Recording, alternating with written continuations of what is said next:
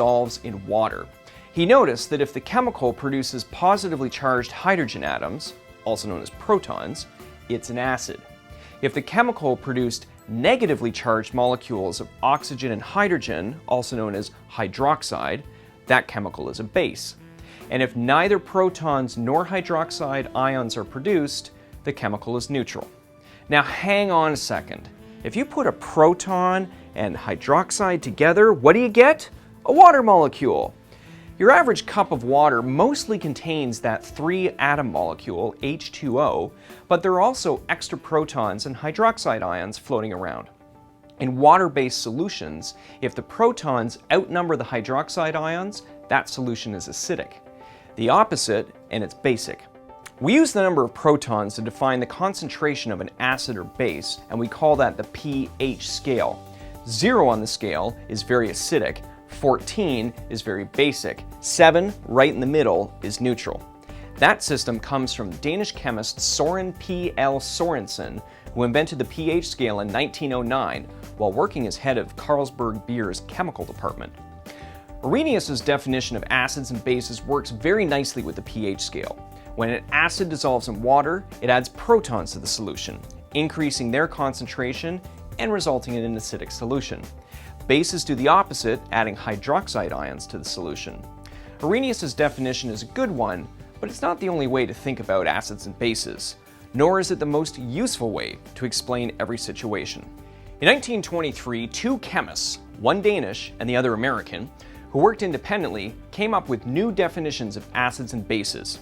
Called the Bronsted-Lowry theory, it describes how acids and bases behave when they react with one another, not just water. A Bronsted-Lowry acid is defined as a proton donor, and a Bronsted-Lowry base is defined as a proton acceptor. It accommodates Arrhenius' definitions, but is applicable to a wide range of chemical happenings because sometimes water isn't involved in reactions. The very same year, American chemist Gilbert Lewis came up with yet another, but now even more general definition of acids and bases. To Lewis, an acid is an electron acceptor. Remember, electrons are the negatively charged particles that make up bonds between atoms, and a Lewis base is an electron donor. Lewis's definition has nothing to do with protons, which means the terms acid and base can be applied to reactions that don't involve hydrogen. This expands the definition to accommodate even more chemical reactions. It's important to note that with each advance, the newer definition encompasses the old one. See, you can explain how nitric acid reacts with, say, ammonia and water, using Lavoisier's idea that oxygen is present in nitric acid. Arrhenius' explanation has nitric acid producing a proton, while the ammonia in water becomes ammonium hydroxide. Bronsted-Lowry has nitric acid donating a proton to ammonia, which makes ammonium hydroxide.